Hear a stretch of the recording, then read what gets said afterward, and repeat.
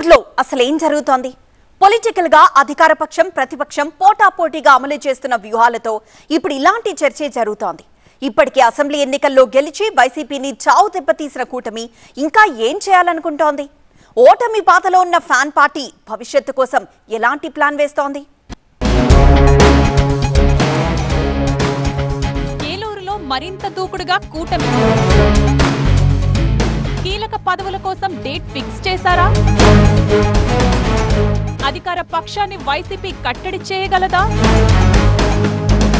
మొన్నటి ఎన్నికల ఫలితాల తర్వాత ఏలూరులో రాజకీయంగా భారీ మార్పులు జరుగుతున్నాయి.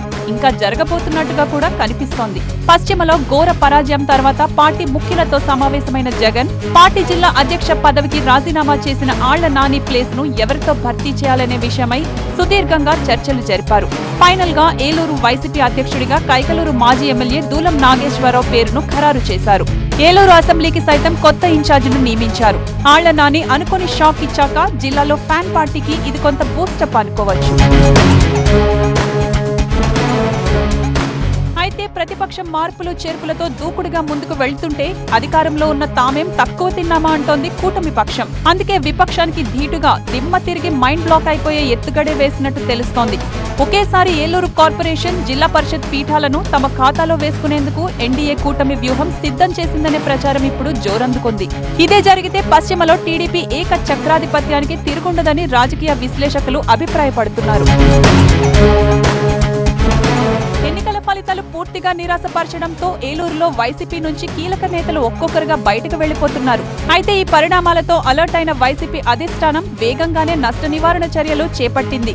ఇప్పటికే జిల్లా పార్టీ పగ్గాలు దూలం నాగేశ్వరరావుకు అప్పగించిన జగన్ ఏలూరు ఇన్ఛార్జ్ పదవికి జయప్రకాష్ పేరును పరిశీలిస్తున్నారట.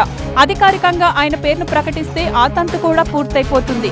ఆళ్ల నానికి అత్యంత సన్నిహితుడిగా పేరున్న జయప్రకాష్ ఆయనతో విభేదించారు. మారిన రాజకీయ పరిస్థితుల్లో వైసీపీ ఏలూరు అసెంబ్లీ బాధ్యతలు జయప్రకాష్ కు అప్పగించడమే కరెక్ట్ అని భావిస్తోందట వైసీపీ హైకమాండ్. ఏలూరు జిల్లాలో అధికార కూటమి వ్యూహాలు మరోలా కనిపిస్తున్నాయి. ఒకేసారి ఏలూరు కార్పొరేషన్ జిల్లా పరిషత్ పీఠాలను చేజిక్కించుకోవాలని చూస్తోంది. టీడీపీ అధినేత చంద్రబాబు డేట్ ఫిక్స్ చేయడమే ఆలస్యం. ఈ తతంగాన్నంతా క్షణాల్లో పూర్తి చేసేందుకు సిద్ధంగా ఉన్నారు టీడీపీ నేతలు.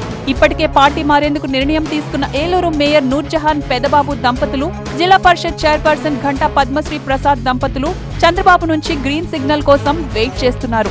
అదొచ్చేసిందంటే వారితో పాటు చాలా మంది వైసీపీ నేతలు టీడీపీ తీర్థం పుచ్చుకోవడానికి రెడీగా ఉన్నారన్న ప్రచారం జరుగుతోంది. ఇప్పటికే పలువురు కార్పొరేటర్లు, జిల్లా పరిషత్ సభ్యులు కండువా మార్చేసేందుకు సన్నద్ధమవుతున్నారట. నేతలు, పార్టీలు మారడం సహజమే అయినా ఏలూరు జిల్లాలో వరుసగా జరుగుతున్న రాజకీయ పరిణామాలు మాత్రం ఆసక్తి రేపుతున్నాయి. ఇంట్రెస్టింగ్ గా సాగుతున్న ఈ పొలిటికల్ గేమ్ లో ఎవరు పైచేయి సాధిస్తారో చూడాలి.